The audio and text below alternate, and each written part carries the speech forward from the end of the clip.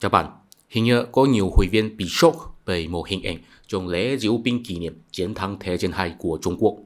Đó là ông tập đi bộ cảnh Putin và Kim Jong-un. Không biết là vì cuộc tỏ động video hay là tình trạng thực tế, ông tập có vẻ như minh chủ, còn hai ngày kia giống như chơi hộp.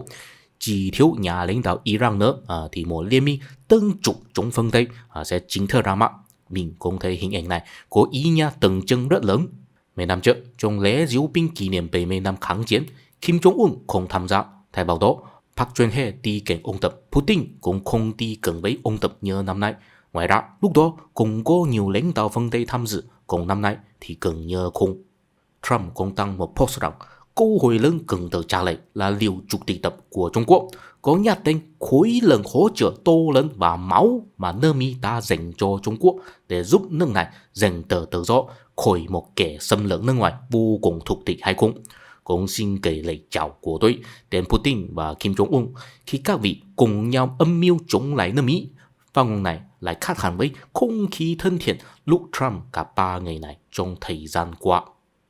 Trong video trước, mình đã nhiều lần cho rằng Trump có vẻ đem sách lược đàm phán thương mại áp dụng vào ngoại giao quốc tế, mà không biết rằng có nhiều yếu tố chính trị không thể thương lượng hay thỏa hiệp như tiền bạc. Những ví dụ nổi bật bao gồm ông Tập sẽ không từ bỏ việc thống nhất Đài Loan, Putin sẽ không từ bỏ những lãnh thổ đã chiếm của Ukraine, Kim Jong-un cũng sẽ không từ bỏ vũ khí hạt nhân, vì làm vậy sẽ khiến họ mất uy tín và dẫn đến chính quyền sụp đổ.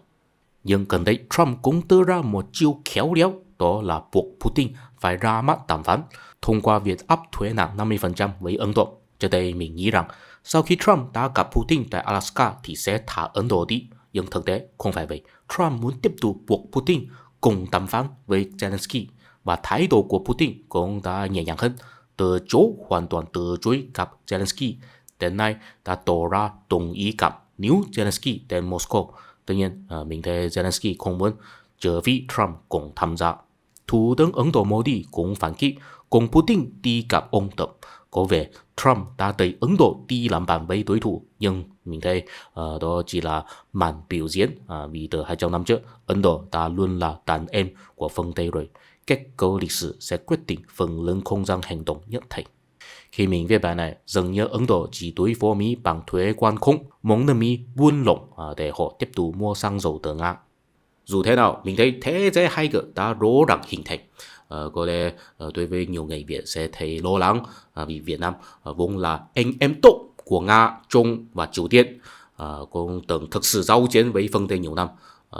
Tuy nhiên bây giờ Việt Nam đang thi hành ngoại giao cây chết, nhưng khó đoán một ngày nào đó tình hình sẽ leo thang đến mức Việt Nam phải chọn một bên. Cùng với 5 nước khởi xướng tổ chức ASEAN, tức là Thái Lan, Malaysia, Indonesia, Philippines và Singapore, chắc chắn chọn phương Tây không cần suy nghĩ thêm nữa. Và có lẽ bây giờ là lúc Việt Nam cần phải suy nghĩ một điều: trong 20 năm tới, Việt Nam muốn trở thành một quốc gia như thế nào. Cũng có người sẽ thấy không cần lo lắng thái quá, vì cho đến bây giờ nước Mỹ vẫn chưa thực sự áp thuế nặng với Trung Quốc, có vẻ tình hình không căng thẳng như vẻ ngoài. Mình cũng thấy tình hình không quá căng, nhưng không phải vì Mỹ sẽ khôi phục quan hệ hiếu nghị với Trung Quốc, mà vì ông Tập bất lợi trong việc phát động chiến tranh, dường như bị cấp dây lừa dối. Tiếp theo, mình sẽ kết hợp với lý thuyết của Samuel Huntington trong sách Người lính và nhà nước để bàn luận.